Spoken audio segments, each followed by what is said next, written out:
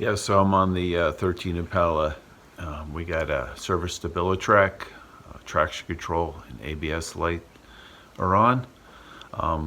So we went ahead and brought it to a local shop, and he went ahead and test drove it, and then scanned it, and he didn't even charge us, which was nice. So yeah, so we got the code for the right rear passenger side. It's the sensor, ABS sensor, and it's in with the hub, part of the hub. So yeah, we went ahead and ordered a couple of them off of Rock Auto, doing both sides, of course. And a lot of times it's the front one. The way it's designed is not very good. The front ones, when you're turning and then the wheels spinning, the wires right there could rub and rub, right through the wire there. And so anyway, yeah, so these are the parts we got off of Rock Auto, and I'll go ahead and show you those.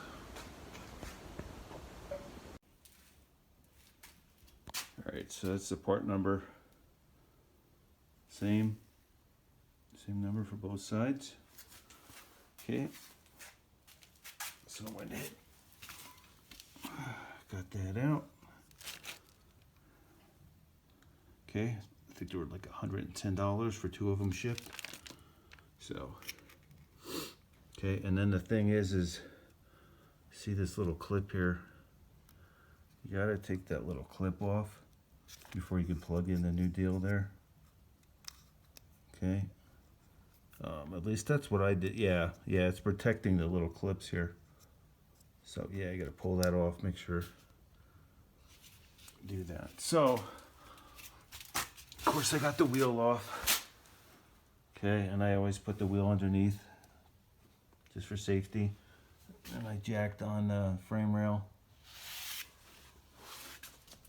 And I got a jack there. Camera right there. So let's see. Oh yeah, so the first thing is this little screw here. Okay.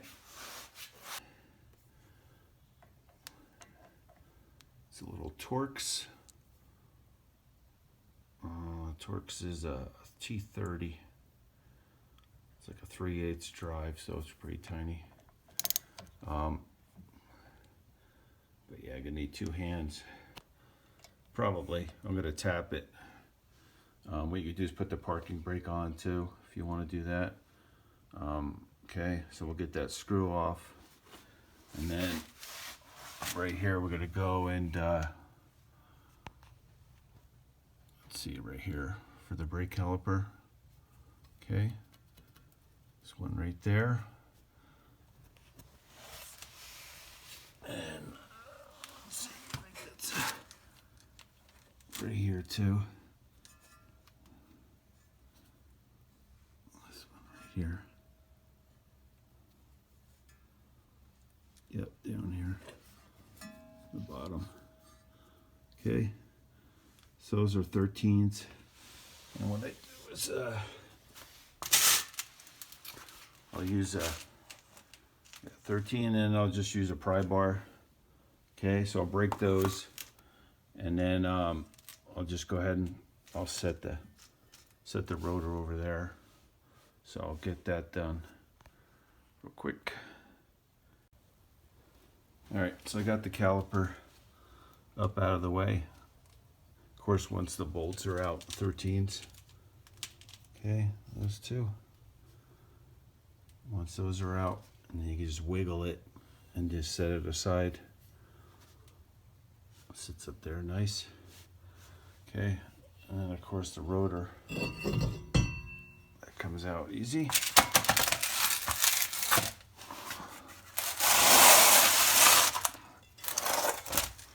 Okay. Okay. So what you want to do is you can see that's the connector right there. Right there. So it looks like the clip is gone there, but on the bottom bottom. You want to get a screwdriver and come in from the back there, underneath the bottom there. And you just get this connector out. Okay, and then all we got is these 4 bolts here. Okay, 2 there, and then on the bottom. Okay, 2 there. Those are 10s. They're not really crazy tight, so luckily. So I'll go do that, and then you got the holes here to, to put the socket through. All right.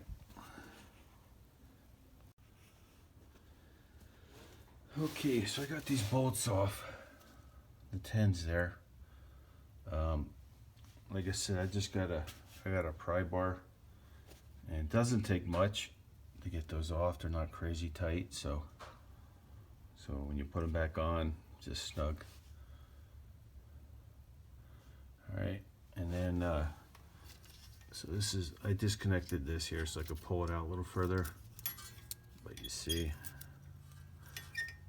let's see, yeah, see the clip right there, the top one's missing. So when it was in there, I put the screwdriver underneath and turned it a little bit.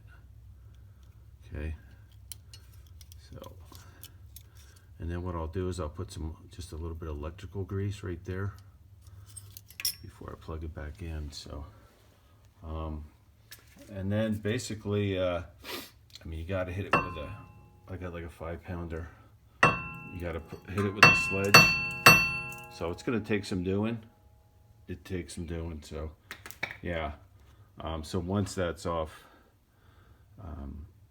yeah, basically just switch it out. So, but yeah, I'll show you that. I'm going to get this off. And okay. Okay. Yeah, I already did the other side. So, I mean, this isn't too bad. Once you do one, then you kind of know what it takes, but still took some beating. And then this came right off, the sensor part. That fell right off. The other side didn't, so I could see why this one wasn't working. Let's see. Yeah. It was pretty messed up. All right, and you can see all the dirt in here too.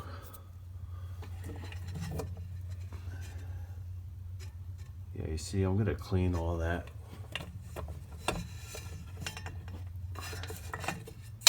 I'm gonna clean that with some brake cleaner. Okay, and then around, and then what I'm gonna do with the dust cover, the dust shield, I'm just gonna, well, I'm gonna wipe a little bit. I'm gonna bring it in, and I got a sponge with a little bristle, a little scrub pad on the back.